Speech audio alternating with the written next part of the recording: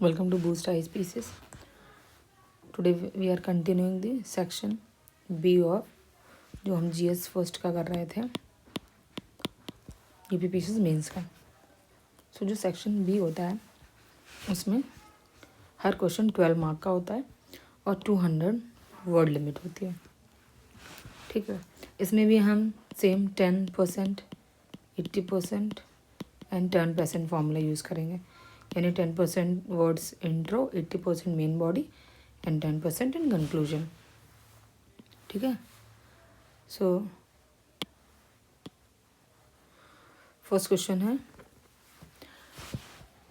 The French revolution was a great result of enlightenment period.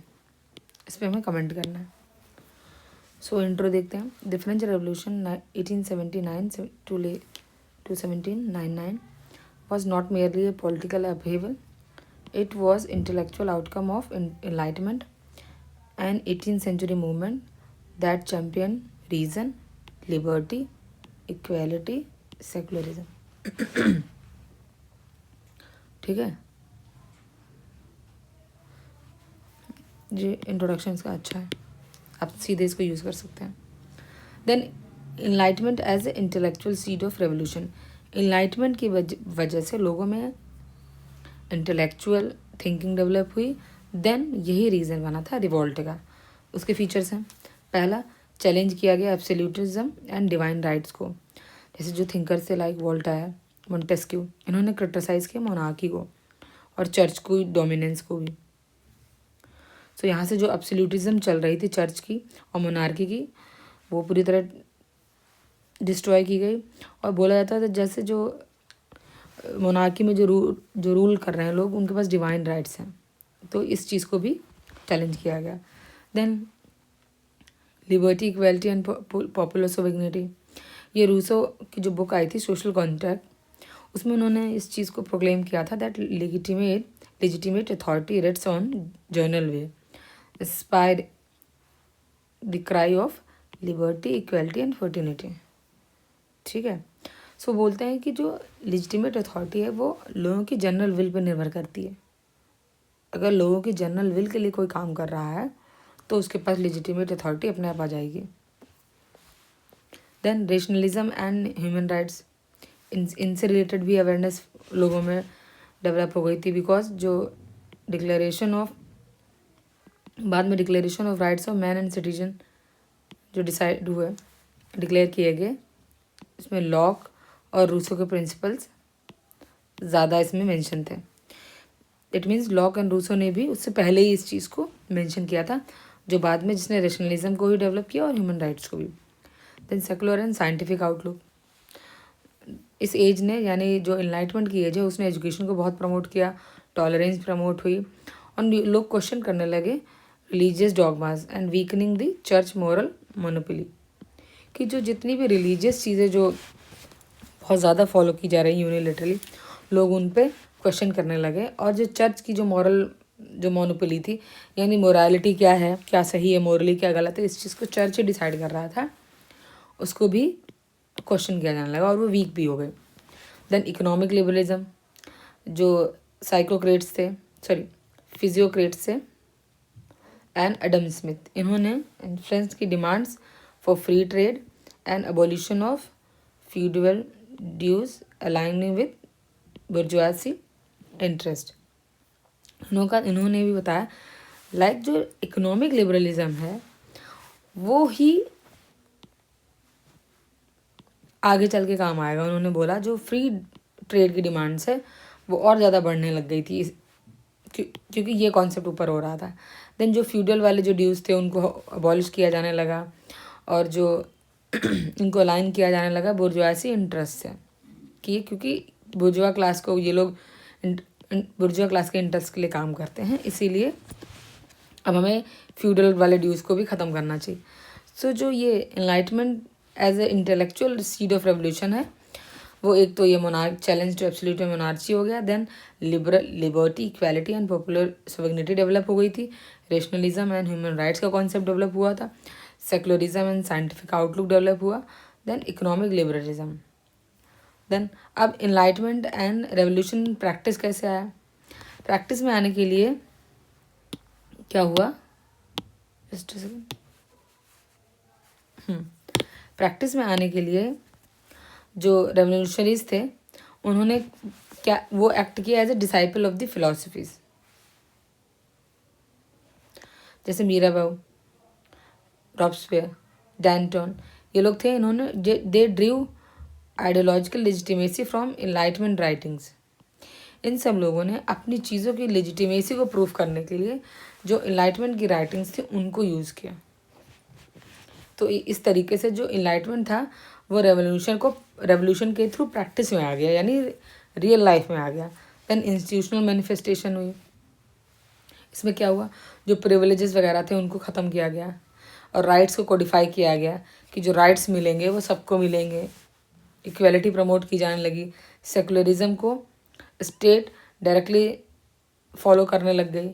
और यही चीज़ तो enlightenment ने भी बोली थी कि हमें सेकुलर चीज़ फॉलो करनी चाहिए, यानी उसको हम रियल लाइफ में उतारा था फ्रेंच रेवोल्यूशन ने। देन ग्लोबल इन्फ्लुएंस, जो फ्रेंच रेवोल्यूशन के जो आइडियाज़ थे वो स्प्रेड हुए थे world wide, stimulating democratic reforms in Europe and Latin America. सबसे पहले यूरोप एंड लैटिन अमेरिका में डेमोक्रेटिक रिफॉर्म शुरू हुए due to the influence of revolution that spread enlightenment ideals. ठीक है। देन ये भी अच्छा लिखा है जो इसका कंक्लूजन है, that French revolution was the political expression of the enlightenment intellectual revolution, yet as often observed by historians, the revolution was the child of philosophy and the mother of democracy. ठीक है, ये था हमारा 12 marker question. हमें ये question easy है, हमें पहले इसकी वर्डिंग पे ही ध्यान देना कि ये बैकग्राउंड में हुआ, इसको और इसके आइडियल्स को फ्रंट में यूज़ किया है फ्रेंच रेवोल्यूशन के जितने भी आउटकम्स रहे उनके थ्रू, ऐसे। ठीक है। Then question number 12, outline the development of the revolutionary movements in Bengal. तो जो बंगाल में रेवोल्यूशनरी मूवमेंट्स हैं इमर्ज एज पावरफुल, हमें पता है what Britishers were trying to do, because जो रेनेसांस था इंडिया का वो भी मेनली बंगाल से स्टार्ट हुआ था। तो जो ये इंट्रो है आप इसको यूज़ कर सकते हैं, और जो रेनेसांस ब्रिटिश बंगाल से शुरू हुआ था अगेंस्ट द ब्रिटिशर्स, आप उस तरह से भी यूज़ कर सकते हैं। Like the revolutionary movements in Bengal emerge as a powerful response to British colonial operation and the failure of the constitutional methods after the partition of Bengal in 1905. It became a cradle of India's militant nationalism, blending patriotism with a call for armed struggle to achieve independence. ठीक है। Then early roots of revolutionary nationalism, जो early roots थी 1900 से लेकर 1910 तक। पहला impact था वो क्यों डेवलप हुई, तो हमें पहले ये लिखना है, फिर लिखेंगे कौन कौन सी हुई, क्यों डेवलप हुई थी। पहले तो जो पार्टीशन ऑफ बंगाल हुआ था उसकी वजह से स्वदेशी डेवलप हुआ, उसकी वजह से बाइकआउट मूवमेंट डेवलप हुआ, उसकी वजह से इस तरीके की ऑर्गेनाइजेशंस भी डेवलप होंगी रेवोल्यूशनरी वाले। Then birth of secret societies, बहुत सारे ग्रुप्स डेवलप हो गए जो सीक्रेटली काम करने लगे एज ए रेवोल्यूशनरी ऑर्गेनाइजेशन। इसमें अनुशीलन समिति 1902 में जो बनी थी बाय सतीश चंद्र बैरिस्टर, परमात्मानंद मिश्रा जिन्होंने शुरू की थी। देन आइडियोलॉजिकल इन्फ्लुएंस भी लोगों पे आ गया था। अब लोग जो थे वो यूरोपियन नेशनलिस्ट मूवमेंट से इंस्पायर हो गए थे, और जो राइटिंग थी बंकिम चंद्र चट्टोपाध्याय की आनंद मठ, उसमें भी नेशनलिस्टिक चीज़ों को बहुत ज़्यादा स्पेस मिला था, लोग उससे भी इंस्पायर हुए थे। सिर्फ बंगाल पूछा गया है, बंगाल वाला एरिया तो हमें वहीं की लिखनी है।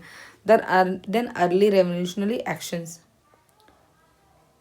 जैसे जो जो जो, जो इंडियंस थे उन्होंने अटेम्प्ट किया था the assassination of the British officials like Kingsford 1908 and Alipur bomb case 1908। इन दोनों केस में इन लोगों ने रेवोल्यूशनरी एक्शन शुरू कर दिए थे। ये दोनों केसेस के बड़े एग्जाम्पल हैं। Then maturity and expansion of the movements, ये तो इनिशियल स्टेज थी, अर्ली। देन मेच्योर कब हुआ है? 1910 से लेके 1930 तक में, बिकॉज इसमें पूरे टाइमिंग पूछी है, आउटलाइन बताना है हमें, तो हमें सारे फेजेस जो हैं वो सारे बताने होंगे। अब क्या होगा? Expansion and maturity, reorganization under Jugantar and Anushilan Samiti, जो ये दोनों जो ऑर्गेनाइजेशन से थे, डिस्पाइट ऑफ रिप्रेशन, बहुत रिप्रेस करने की कोशिश की गई, फिर भी जो इनके लीडर्स थे जैसे जतीन्द्रनाथ मुखर्जी, जिनको बाघा जतीन बोला जाता था, इन्होंने फिर भी एम्फसाइज किया कोऑर्डिनेशन पे, डिसिप्लिन पे, और इन ऑर्गेनाइजेशंस ने कंटिन्यूसली काम किया। Then international link and Ghadar influence, जो बंगाल रेवोल्यूशनरीज थे उन्होंने कॉन्टैक्ट इस्टेब्लिश किए इंडियन रेवोल्यूशनरीज से जो अब्रॉड में काम कर रहे थे, जैसे जो बर्लिन कमिटी थी। Then Ghadar movement during first world war, इनसे भी कांटेक्ट करके जो रेवोल्यूशनरी एक्टिविटीज़ थी उनको और मेच्योर बनाया गया, डीप किया गया। Then post war depression and the revival, जब वॉर ख़त्म हो गई थी उसके बाद में जो सूर्यसेन थे, मास्टर दाद उनको बोलते थे, वो एक लीडर की तरह उभरे बंगाल में। उन्होंने चिट्टागोंग की जो आर्मरी थी उस पर रेड डाली थी 1930 में, और बंगाल की जो रेवोल्यूशनरी पावर थी इस एक्ट से बहुत ज़्यादा सामने आई, और प्रूव किया गया कि हो गया कि बंगाल की जो रेवोल्यूशनरी हैं वो अभी भी एक्टिव हैं। Then women in revolution, sorry, then Pritilata Wadekar, Kalpana Dutta, ये एक्टिव फीमेल पार्टिसिपेशन इन्होंने, ये शो करता है इन लोगों का। इन्होंने जो बंगाल रेवोल्यूशन था उसको और धार दी थी पार्टिसिपेट करके स्ट्रगल्स में, और रीडिफाइन किया था gender role in freedom politics. Then shift toward the broader nationalism, 1930s के बाद से तो जो रेवोल्यूशनरीज थे उन्होंने ज्वाइन कर ली थी कांग्रेस, सोशलिस्ट या कम्युनिस्ट रेवोल्यूशंस की तरफ वो ज़्यादा मुड़ गए थे, और अपनी एनर्जीज़ को उन्होंने मास पॉलिटिक्स में कंबाइन कर लिया। बिकॉज 1930s के बाद में इंडिया का जो स्ट्रगल था, फ्रीडम स्ट्रगल, वो धीरे धीरे ऑर्गेनाइज्ड हो गया था। गांधी की लीडरशिप में ज़्यादातर मेन मूवमेंट्स हो रहे थे, तो जो CDM चल रहा था उस वक्त, सिविल डिसोबीडियंस मूवमेंट, तो आप सोचिए उसके बाद में फिर क्विट इंडिया मूवमेंट आया, तो जो और रेवोल्यूशनरी जो एक्टिविस्ट थे उन्होंने भी इन मूवमेंट अलग अलग पार्टीज़ के थ्रू मासेस को ही एड्रेस करना शुरू कर दिया और अपनी एनर्जी इस तरह यूज़ की। Then conclusion, the revolutionary movement in Bengal was not a cult of violence but a symbol of India's burning desire for freedom. It is correct, very very correct, बिल्कुल इसको सेम यूज़ कर सकते हैं। Then it transformed nationalism from mere sentiment into action and sacrifice, inspiring future generations across India. Simple. So this is our 12th question. So move on. Next question. So what are the main features of the Sangam period culture? ये भी 12 mark 200 words हैं, ठीक है। Then संगम as जो थी वो कब से थी, पहले तो हमें टाइमलाइन पता होनी चाहिए, 300 BC से लेके 300 CE तक या AD तक। It represent the earliest historic phase of South India, centred in ancient Tamilakam. The term Sangam जो था, जो यूज होता, वो लिटरेरी एकेडमिक्स थी तमिल पोएट्स की under Pandyas patronage, whose work compiled in the Ettuthogai and Pattu Pattu, ये बुक्स हैं। तो इनमें संगम के टाइम की जो चीज़ें हैं वो मेंशन हैं। अब इन्होंने फीचर पूछे हैं, जो संगम कल्चर का, संगम टाइम का जो कल्चर था उस वो कैसा था, उसके क्या क्या फीचर्स थे। तो जो संगम टाइम की जो फीचर्स थे उसमें सबसे पहले है social structure and 5 eco regions, ठीक है। देन स्टेटस ऑफ वुमेन क्या है ये देखेंगे हम, आर्टिस्टिक एंड लिटरेरी फ्लोरिशिंग कितनी हुई, beliefs and religion, secular and realistic literature, ये सारे पॉइंट्स हैं। पहले सेकुलर एंड रियलिस्टिक लिटरेचर, उस वक्त बहुत सारा ऐसा लिटरेचर लिखा गया जो मॉरल और हीरोइक थीम्स पे बेस्ड था, तो ये सेकुलर चीज़ों को बढ़ावा देता है। इसमें 2 नाम है, कौन से, अकनानरू एंड पुरानानरू, ये मॉरल और हीरोइक थीम्स को बेस्ड है। Then social structure and 5 eco regions, जो सोसाइटी थी वो 5 लैंडस्केप्स में डिवाइडेड थी। कुरुंजी हिल्स वाला एरिया, मुल्लई फॉरेस्ट वाला, Marutam agriculture land, Neithal coast, Palai desert. Then status of women, जो वुमेन थी वो enjoyed educational and literary participation. Poets like Avvaiyar symbolize wisdom and moral strength. मतलब उस टाइम में वुमेन को भी एजुकेशनल और लिटरेरी पार्टिसिपेशन अलाउ था पूरी तरीके से, और वो उस चीज़ को एंजॉय करते थे। उसमें ये एक नाम है mention. Then religion and beliefs क्या थे? उस वक्त रिलीजियस जो बिलीफ थे वो एक समय पे बहुत सारे थे, नहीं रिलीजियस प्लूरिज्म था उस वक्त। मुर्गन की पूजा होती थी, कोरवई, वरुणा, ये सब एक साथ होते थे। और अर्ली जैन और बुद्धिस्ट जो इन्फ्लुएंस था वो भी देखने को मिलता है हमें संगम पीरियड में। Then artistic and literary flourishing, music, dance, poetry, ये सब एथिस्टिक हाइट्स पे था, मतलब न्यू एस्थेटिक हाइट मिली थी, यानी इसमें नई नई चीज़ें डेवलप हो रही थी। Then forming the base of the classical Tamil culture, का बेस यहीं से बना है। ये तो हमने पहला पार्ट जो पढ़ा है ये कौन सा है? सोशियो कल्चर फीचर्स थे। अब हम देखते हैं कि पॉलिटिकल एंड इकोनॉमिक फीचर्स क्या थे। मोनार्कियल पॉलिटी थी। 3 क्राउंड किंग, चोला, चेरा, पांड्यास, ये थे, इन्होंने रूल किया था पूरे तमिलकम पे। देन अर्बनाइज्ड और मैरीटाइम ट्रेड होता था इनके टाइम पे। जो रोमन कॉइन्स है वो भी मिले हैं, M4 मिला है। ये रोमन विसल था, एक जार जैसा होता था रोमन टाइप का जिसमें चीज़ें रखी जाती थी। ये कहाँ से मिला? अरिकमेडू से मिला और अलगान कुलम से मिला। सो इससे ये पता चलता है कि अर्बनाइज टाइप से लोग रह रहे थे, और जो मैरी टाइम ट्रेड था वो बाहर से भी हमारा होता था, outside the country. Then agrarian and craft economy, ये भी अच्छी थी। Paddy cultivation, cattle rearing, fish pearl fishing, textile craft, ये भी सस्टेन किए थे और इनकी प्रॉस्पेरिटी भी देखने को मिलती है। Then language and script, Tamil Brahmi जो स्क्रिप्ट इंस्क्रिप्शंस थे mark the earliest written Tamil, showcasing linguistic richness and literacy.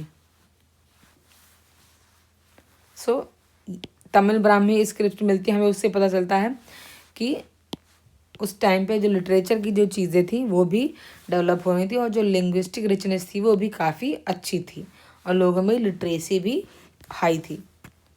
Then conclusion, from the source of the Kaveri to the ghats of the Ganga, the Sangam spirit of harmony still flows through India's cultural veins. हाँ बिल्कुल सही है।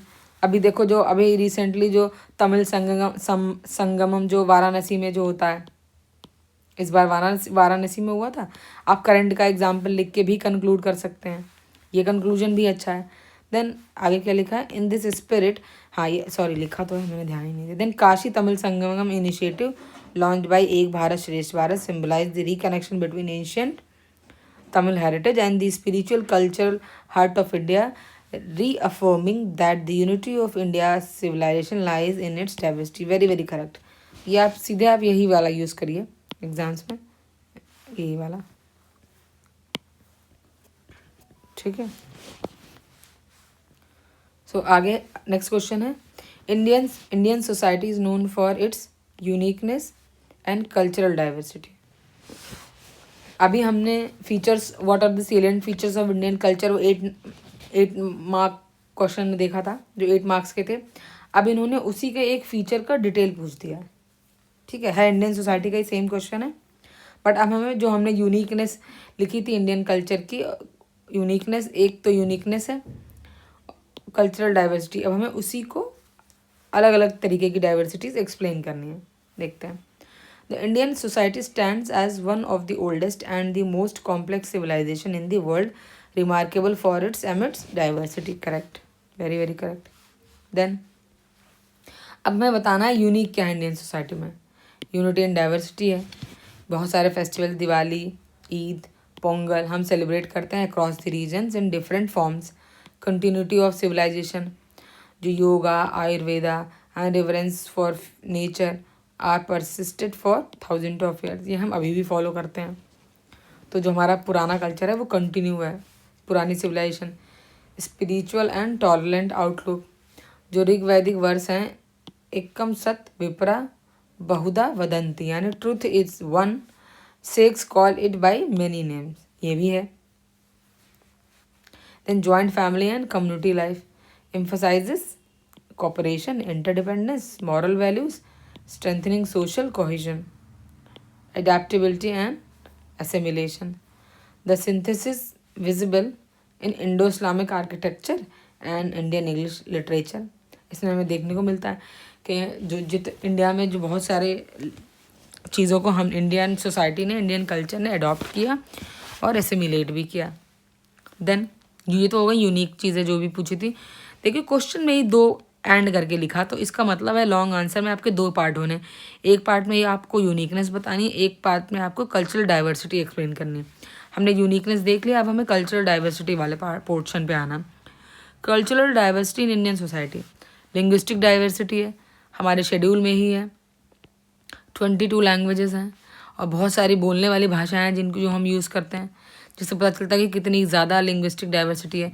Religious diversity, most of the जितने भी world के religions हैं India में सारे प्रेजेंट हैं, सारे पीसफुली को एग्जिस्ट कर रहे हैं। सो रिलीजियस प्लोरिज्म हो गया। रीजनल एंड एथनिक वैरायटी है, food, dress, architecture across India जो है उसमें डाइवर्सिटी भी हर तरीके से है।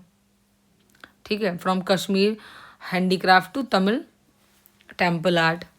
Then festivals and traditions, every region celebrates unique festivals expressing local culture, seasonal cycles.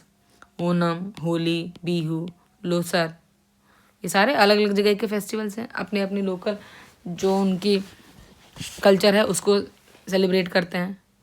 Art, music and literature, इसमें भी हम देखें हिंदुस्तानी म्यूज़िक है, कार्नेटिक म्यूज़िक है, अब तो पॉप म्यूज़िक भी आ गया है। तो ये भी डाइवर्सिटी है, इंडिया की म्यूज़िक में भी डाइवर्सिटी है। देन इनिशिएटिव्स लाइक एक Bharat Shreshtha Bharat, national mission on cultural mapping and UNESCO heritage recognition celebrate this enduring pluralism. As said, India was endowed to see the unity of spirit in the diversity of creation. ये काफ़ी अच्छा conclusion है। इतना तो आपको इस तरीके की वर्डिंग तो यूज़ ही करनी है। अगर कोई और नया आता है तो आपको वो आप नए इनिशिएटिव को भी ऐड करेंगे। ठीक है, जो अभी लैंग्वेजेस के लिए आया है, नया बजट में आया था लास्ट ईयर, आप उसको भी यहाँ पे यूज़ कर सकते हैं।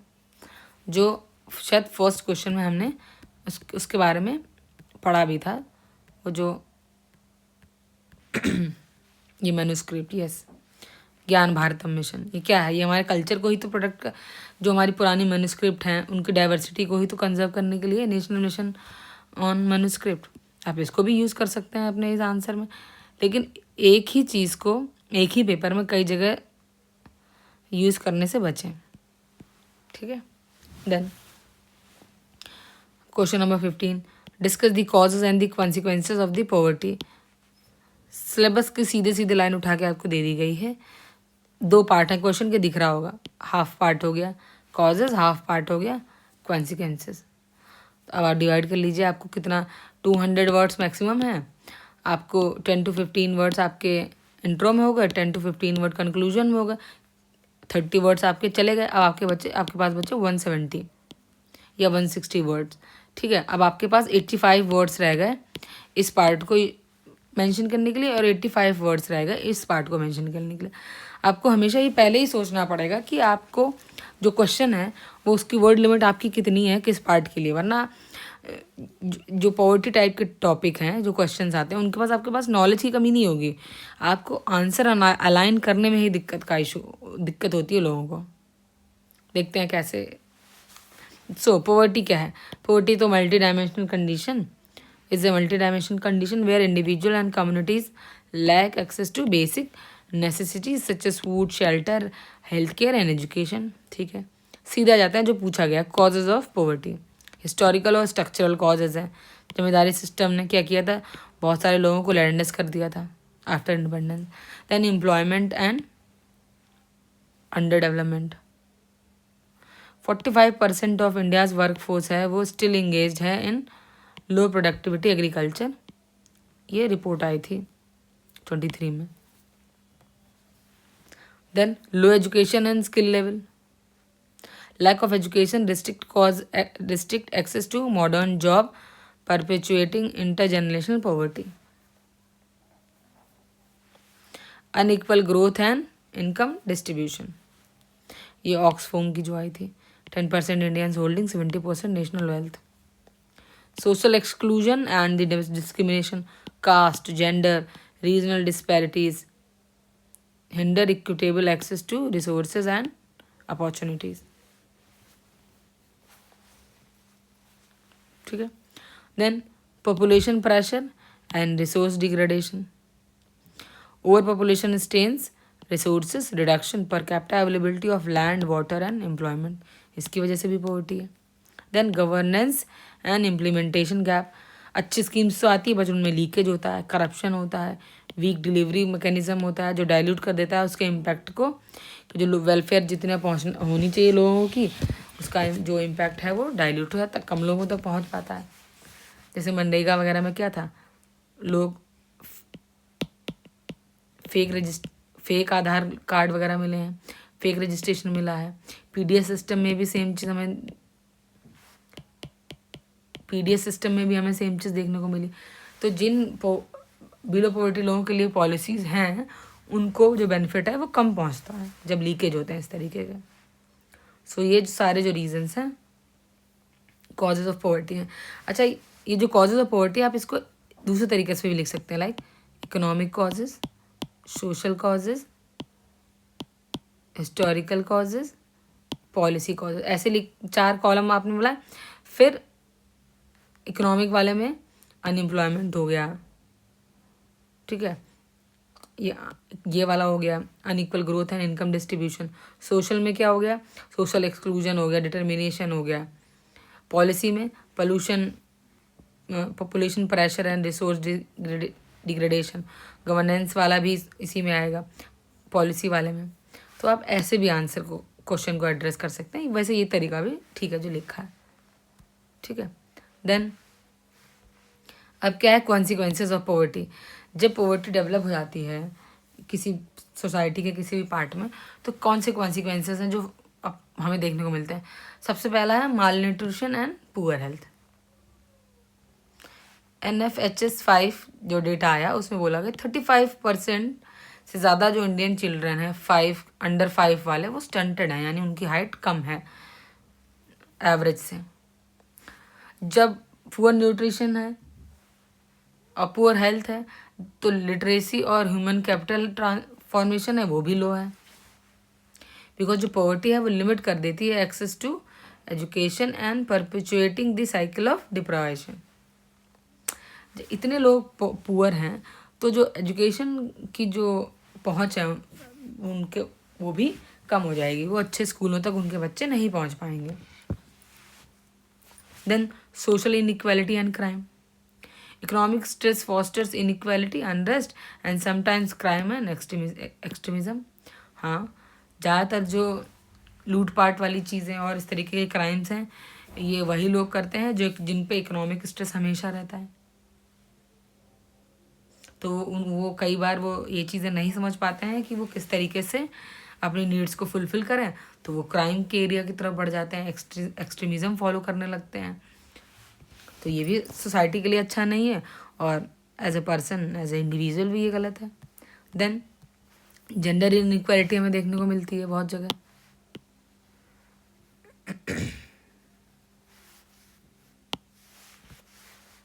Gender inequality, poor women face multiple डिप्राइवेशंस।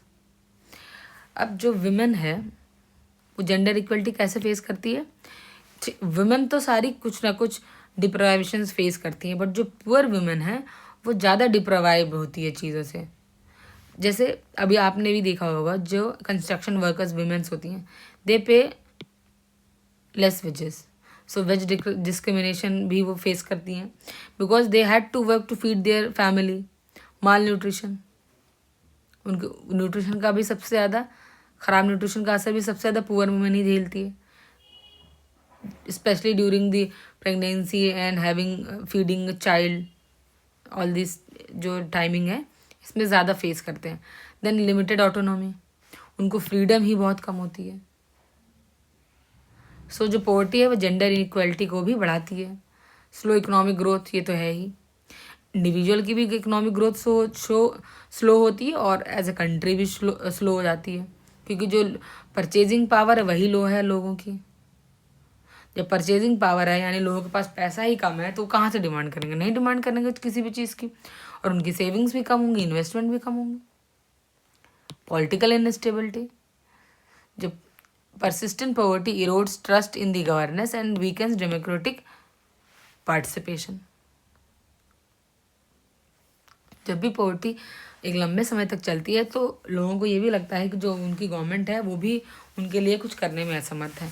इससे भी जो लोगों का ट्रस्ट है गवर्नेंस पे वो भी कम होता है, और जो अगर डेमोक्रेटिक कोई कंट्री है तो वहाँ पे जो लोग हैं वो थोड़े उदासीन हो जाते हैं, उनको लगता है कि कोई फ़ायदा नहीं है वोट करके, क्योंकि जब भी कोई गवर्नमेंट बनती है तो उनके पार्टिसिपेशन की तो कोई वैल्यू ही नहीं, because they are not getting anything after the democratic participation और इलेक्शन। सो ये पॉलिटिकल इनस्टेबिलिटी भी क्रिएट करता है। तो जो कॉन्सिक्वेंस हैं पॉवर्टी के, सबसे पहले malnutrition, poor health, low literacy and human capital formation, then social inequality and crime है, then gender inequality, slow economic growth and political instability. ठीक है। देन अमर्त्य सेन्स कैपेबिलिटी जो अप्रोच दी है उन्होंने, उसमें उन्होंने बताया है, फ्रेम किया है that poverty as deprivation of capabilities and opportunities है। वो कहते हैं सिर्फ इकोनॉमिक चीज़ों की कमी होना ही पॉवर्टी नहीं है, किसी को कैपेबल ना बन होने देना भी पॉवर्टी है, किसी को प्रॉपर अपॉर्चुनिटीज़ ना देना भी पॉवर्टी है। Then tackling it requires inclusive and sustainable growth through programs like Deen Dayal Antyodaya Yojana, MNREGA, PM Awas Yojana, national food security act align with SDG 1। So हमको इसके लिए चाहिए ग्रोथ हो, वो इंक्लूसिव हो, सभी समाहित हो उसमें, और सस्टेनेबल ग्रोथ होनी चाहिए, सतत विकास होना चाहिए। उसके लिए हमारे यहाँ बहुत सारे अच्छे प्रोग्राम्स चलाए भी जा रहे हैं। और आपको ये भी लिखना चाहिए एंड में कि इंडिया ने जो मल्टी पॉवर्टी इंडेक्स आया था उसके हिसाब से कि जो काफ़ी जो पॉपुलेशन है अब शायद 23% बची है, पहले 40s में थी जो बिलो पॉवर्टी थी, अब वो काफ़ी कम हुआ है। सो जो इस पे हम जो पॉवर्टी एवोल्यूशन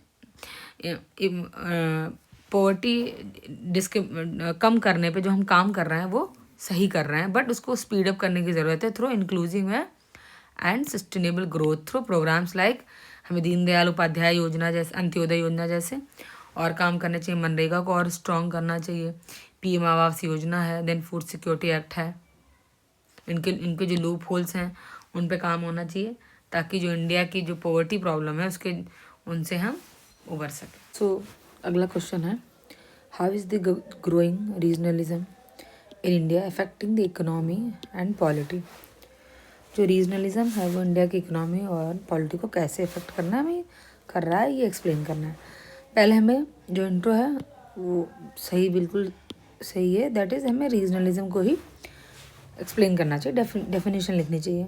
सो डेफिनेशन लिखिए, regionalism in India refers to the expression of regional identity and interest within the broader national framework.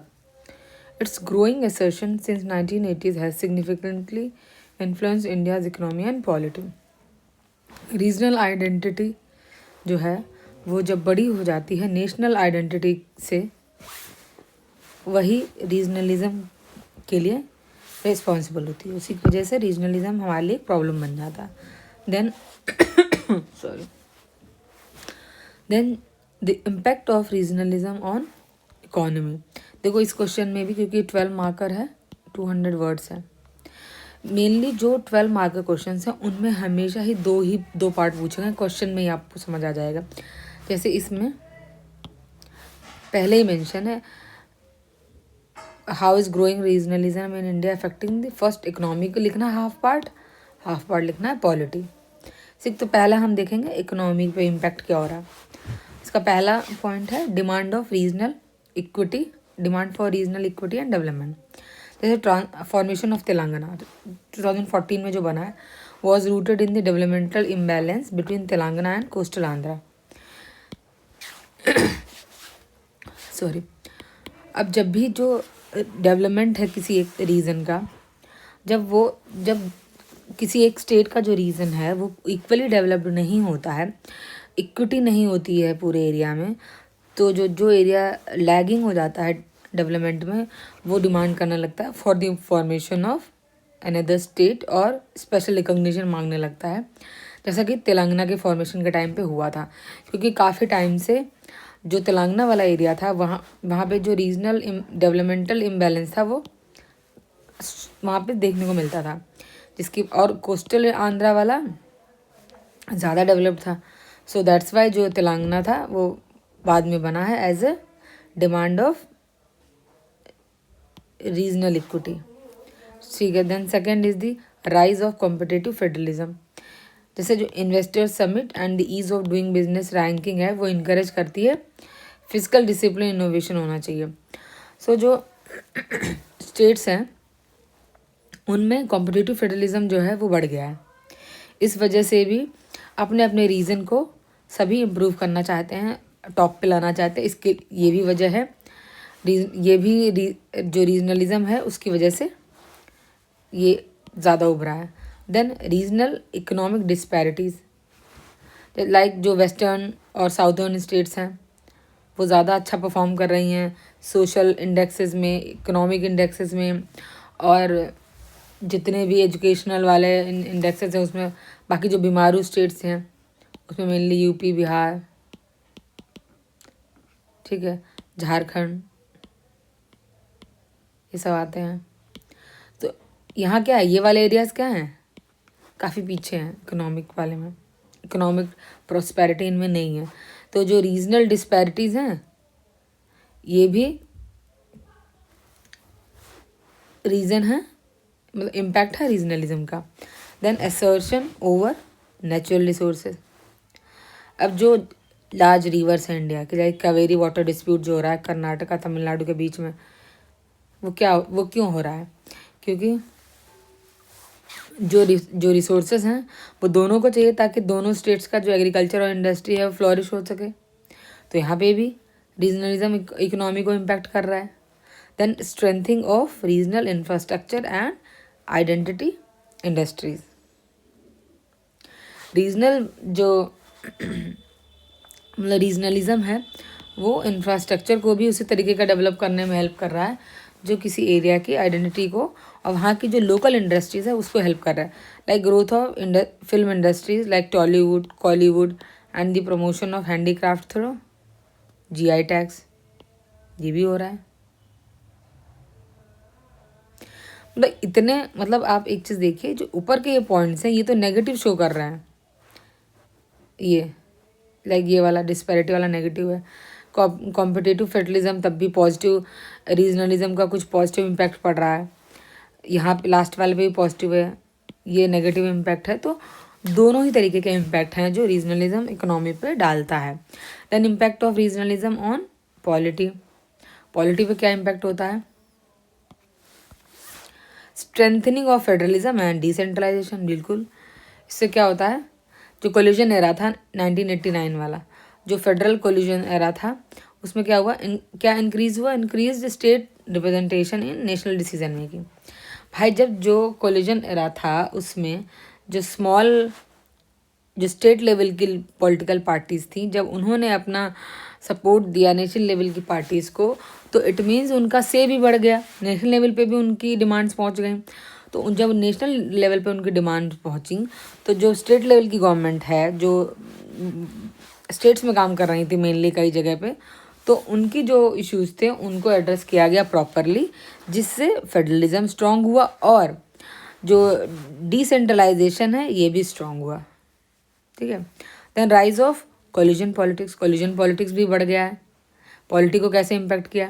क्योंकि डीएमके हो गया, टीएमसी हो गया, जेडीयू हो गया, ये सारे क्रूशियल रोल प्ले किया इन्होंने कब, कोलिशन गवर्नमेंट्स जो थी, मुलायम सिंह यादव और ये लालू यादव और ये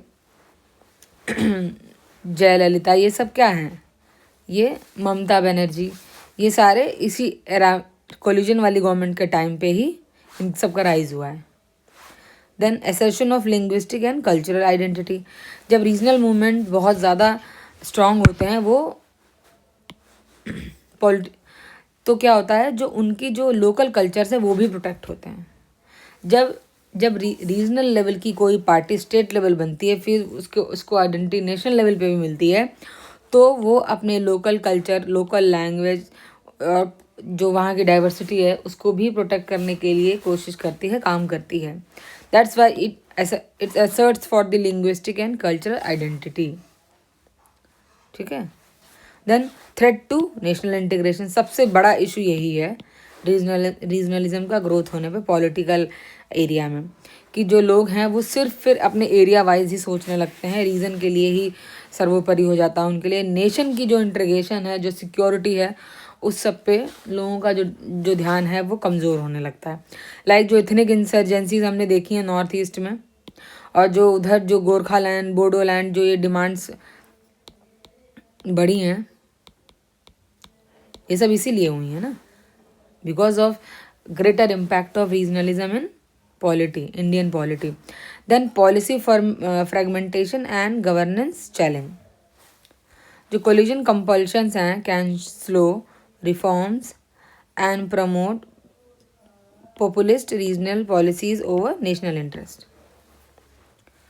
तो इससे गवर्नेंस में सबसे बड़ी इशू क्या हो रही थी कि जो पॉलिसीज़ हैं वो फॉर होल कंट्री बनना मुश्किल हो रही थी, फ्रेगमेंटेड बन रही थी। किसी की डिमांड कुछ और है, किसी एरिया की कुछ और डिमांड है, किसी स्टेट की कुछ और डिमांड है, तो जिस वजह से जो गवर्नेंस है उसमें बहुत से चैलेंजेस आ रहे थे। और जो इसीलिए जो कोलिजन गवर्नमेंट होती है उनमें हमें जो रिफॉर्म्स वगैरह हैं स्लो देखने को मिलते हैं, पॉपुलिस्टिक जो पॉलिसीज़ हैं वो ज़्यादा बनती हैं, और जो नेशनल इंटरेस्ट है वो पीछे रह जाते हैं। ठीक है। As Jawaharlal Nehru envisaged, India's strength lie in the unity not of uniformity but of harmony amid diversity. Initiatives like Niti Aayog's cooperative federalism, finance commission devolution, and Ek Bharat Shresth Bharat aim to harmonize regional aspirations with national progress. Very good conclusion. ठीक है। The next question number 17, again 12 mark, 200 words. Question is, population explosion is a serious challenge to India's holistic development. Yes, जो India का population explosion है, क्या India के लिए वो बहुत बड़ा चैलेंज है उसके होलिस्टिक डेवलपमेंट के लिए। आपको एग्जामिन करना है, एग्जामिन करने को जब भी आएगा तो आप पॉजिटिव और नेगेटिव आप दोनों व्यू लिखने के लिए फ्री हैं, और आपको दोनों भी लिखने भी चाहिए। ठीक है, चलिए देखते हैं answer. India with the overall 1.46 billion people, ये यूएन की जो 2025 में रिपोर्ट है इसमें बोला गया है, has become the world's most populous nation. While the large population can be demographic asset, its rapid and uncontrolled growth poses a serious threat to holistic development. Good intro, आप इसको सीधे सीधे इस्तेमाल कर सकते हैं कि माना कि इंडिया मोस्ट पॉपुलर नेशन है, लेकिन हम जो हमारी डेमोग्राफिक डिविडेंड चल रहा है, जो डेमोग्राफिक डिविडेंड की हम स्टेज पे हैं, इसलिए हमारी जो डेमोग्राफी है वो हमारे लिए एक एसेट की तरह काम कर रही है, और अगर हम सही से ग्रोथ पे ध्यान नहीं देंगे तो ये हमारे होलिस्टिक डेवलपमेंट के लिए थ्रेट हो सकती है। Then economic challenges of population explosion. अब इकोनॉमिक चैलेंजेस पहले देखते हैं क्या है। Pressure on employment and livelihood, yes, सबसे पहला इशू यही होती है basic. The millions of new entrants every year, job creation lags in high quality and formal employment. Then strain of infrastructure and resources. जो मेगा सिटीज़ हैं like Delhi, Mumbai, वो over crowded हैं, slum expansion हो रहा है, पोल्यूशन बहुत ज़्यादा है, जो जो यंग एज है उसको एक्यूमुलेट करने की जो एबिलिटी होनी चाहिए मेगा सिटीज़ की, इंफ्रास्ट्रक्चर जितना होना चाहिए वो नहीं है। जैसे मुंबई में जो धारावी है, वर्ल्ड का लार्जेस्ट स्लम है, बिकॉज वहाँ का इंफ्रास्ट्रक्चर फेल हो गया इतने ज़्यादा यूथ को हम एक्यूमुलेट करने में खुद में। Then lower per capita income and productivity, जो बहुत सारे लोग हैं उनकी जो डिपेंडेंसी है, हाई डिपेंडेंसी है, रेशियो है, रिड्यूस सेविंग एंड इन्वेस्टमेंट। जो मतलब सेविंग बहुत लो है लोगों की और इन्वेस्टमेंट भी लो है। क्यों? क्योंकि पर कैपिटा इनकम ही लो है। जो पर कैपिटा इनकम है इंडिया की, वो जो डेवलप्ड कंट्रीज़ हैं वर्ल्ड की उनसे बहुत नीचे है, जबकि हम 4th लार्जेस्ट इकॉनमी हैं। यही इशू है मेन इंडिया की इकोनॉमी का। Despite of largest economy, 4th largest economy, our per capita income is very low. ठीक है। Then physical burden on social welfare, expanding population increases government expenditure on education, healthcare and subsidies, limiting capital investment। जो government पे जो physical burden है वो भी बहुत ज़्यादा हो रहा है। क्यों? क्योंकि जो पॉपुलेशन जब एक्सपेंड हो रही है तो जो गवर्नमेंट का एक्सपेंडिचर है जो वो एजुकेशन पे करते हैं, हेल्थ केयर पे करते हैं, सब्सिडीज़ पे करते हैं, वो भी तो बढ़ता जाएगा। और जो वो कैपिटल इन्वेस्टमेंट पे कर सकते हैं जो फ्यूचर की जनरेशन्स के लिए काम आएगा, वो कम होता जाएगा या वो लिमिटेड हो जाएगा। ठीक है। देन सोशल चैलेंजेस पे अब हम आते हैं। देन सोशल चैलेंजेस, फर्स्ट है pressure on education and health services. Doctor patient ratio India का बहुत ही ख़राब है according to WHO norm. 1500 patient पे एक डॉक्टर है। Then gender inequality and early marriage, patriarchal norms है, लैक ऑफ अवेयरनेस है, जिसकी वजह से क्या होता है हाई फर्टिलिटी रेट्स रहते हैं, particularly in rural areas. Like Bihar में कितना है, अभी भी 3 से ऊपर है। ठीक है। Then urban migration and social disruption, over crowded जो सिटीज़ हैं वो क्या फेस कर रहे हैं, पॉवर्टी, क्राइम एंड इनइक्वालिटी। ठीक है। Then poverty and the malnutrition, NFHS 5 2021, 35.5% of Indian children under 5 are stunted. जो सोशली जो चीज़ें जो हमें प्रोवाइड करनी चाहिए, हम हर सेक्टर में लैगिंग है हमारी because of the population explosion. Then environmental and ecological challenges, pollution and the waste generation high हो रहा है, resource depletion and the land pressure बहुत ज़्यादा है। जो लैंड फ्रेगमेंटेशन है वो जनरेशन बाय जनरेशन लैंड का रेशियो जो होता है पर फैमिली पे वो और कम होता जा रहा है। साइज़ जो है लैंड का स्मॉल होता जा रहा है। लाइक पहले एक फादर है, उनके 2 बेटे हैं, तो उनके पास जो भी लैंड थी वो उनके 2 बेटों में डिवाइड हुई। देन फर्दर उनके 2 बेटों के और 2 बेटे हुए मान लीजिए आप, तो वो जो लैंड थी अगर वो उनके पास 2 एकड़ थी तो पहले वो 1-1 एकड़ गई, फिर और नेक्स्ट जनरेशन में और आधा आधा गई। तो आप सोचिए जो एग्रीकल्चरल का जो एक एवरेज साइज़ होती फार्म की वो इंडिया में छोटी होती जा रही है। तो जो लैंड प्रेशर है वो बढ़ता जा रहा है, ये मतलब है यहाँ। Then diversity loss and climate stress, हमने अभी थोड़े दिनों पहले देखा कि जो इंडिया की जो बायोडाइवर्सिटी है उस पर हमारी पॉपुलेशन की वजह से स्ट्रेस ज़्यादा पड़ रहा है। देन अभी जो अरावली वाला जो इशू हुआ है, क्लाइमेट स्ट्रेस हमें पता ही है, जो ड्रॉट वगैरह की जो सिचुएशंस है वो बढ़ रही हैं।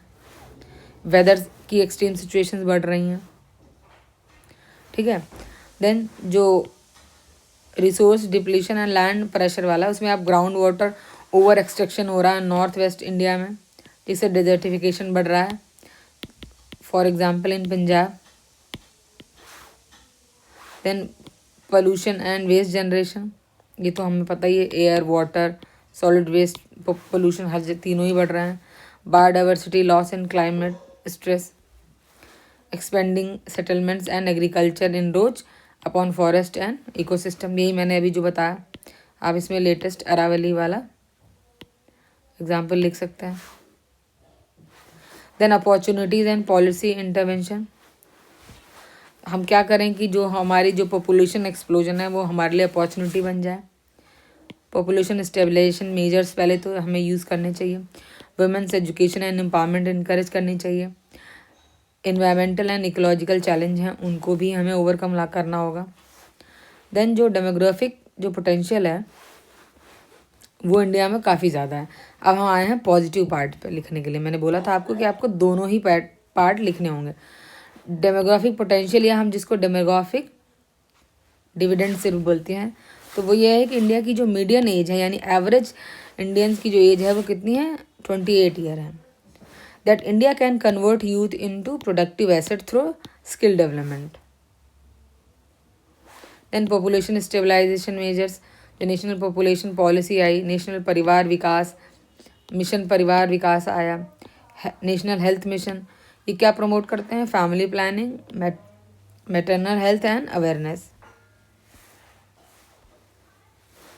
Women's education and empowerment, studies show fertility decline with rising female literacy and employment. हमेशा ये देखा गया है कि when the women is more educated and empowered, the fertility rate automatically decline. So now the conclusion part.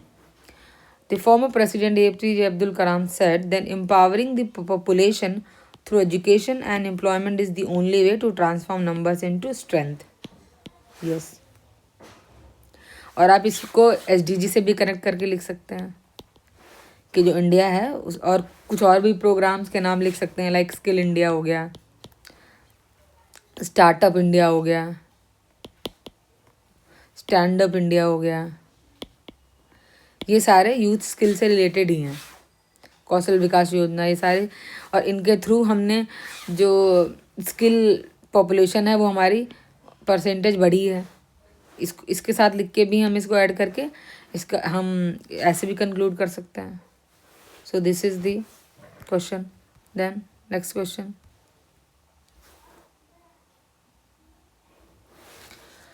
throw light on the concept of the smart village in India and describe the main features of smart village। अब देखिए इस question में भी खुद ही 2 part लिखे हैं, आपको ज़्यादा मेहनत कुछ करनी ही नहीं है। क्या देखना है, throw light on concept of smart village. सबसे पहले आपको हाफ पार्ट में आफ्टर इंट्रो कॉन्सेप्ट बताना है कि क्या है ये कॉन्सेप्ट, देन उसके फीचर्स बताने हैं नेक्स्ट पार्ट में, बस। सो पहले देखते हैं। The concept of smart village in India aims to bridge the rural urban divide by leveraging technology, local resources and community participation for sustainable rural development। ठीक है।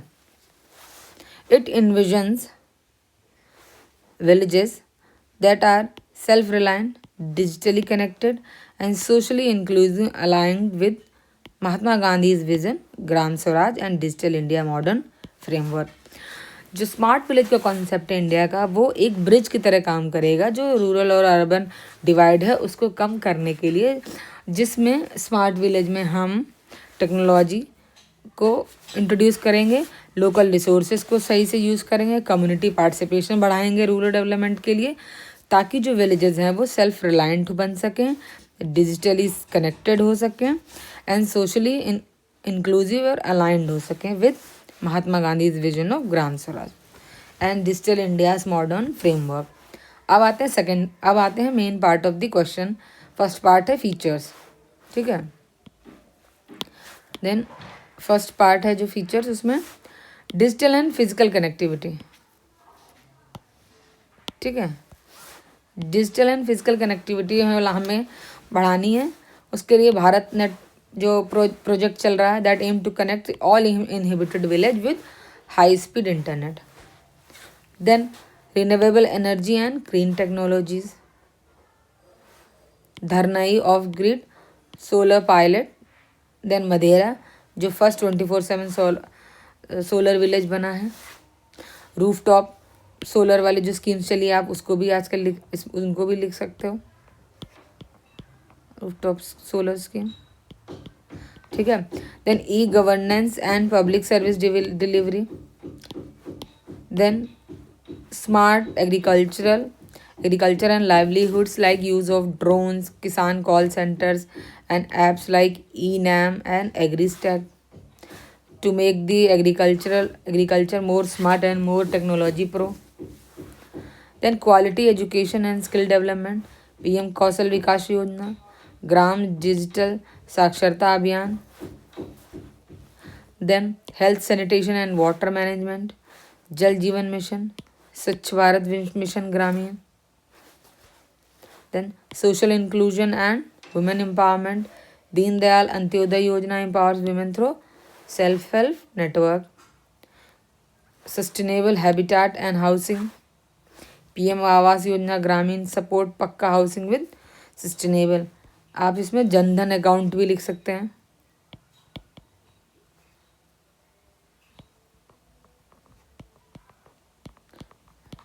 ये इकोनॉमिक इंक्लूजन के लिए काम आया, सॉरी नॉट फाइनेंशियल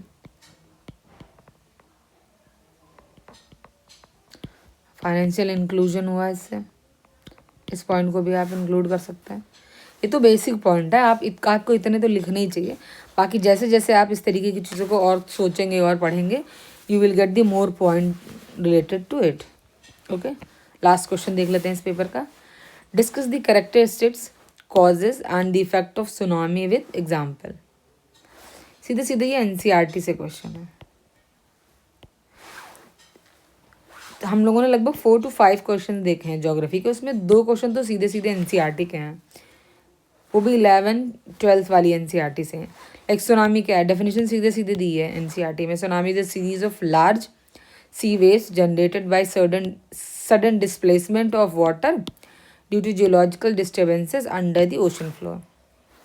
देन पहला same last question की तरह सेम इसमें भी है, आप पहचानिए पहले क्वेश्चन के कौन कौन से पार्ट हैं। First part characteristics, second part causes and third part effects. ठीक है, नाउ कैरेक्टरिस्टिक्स क्या हैं। Origin and nature, tsunami originate from seismic activities beneath the ocean, mainly earthquake, volcanic eruptions and landslide.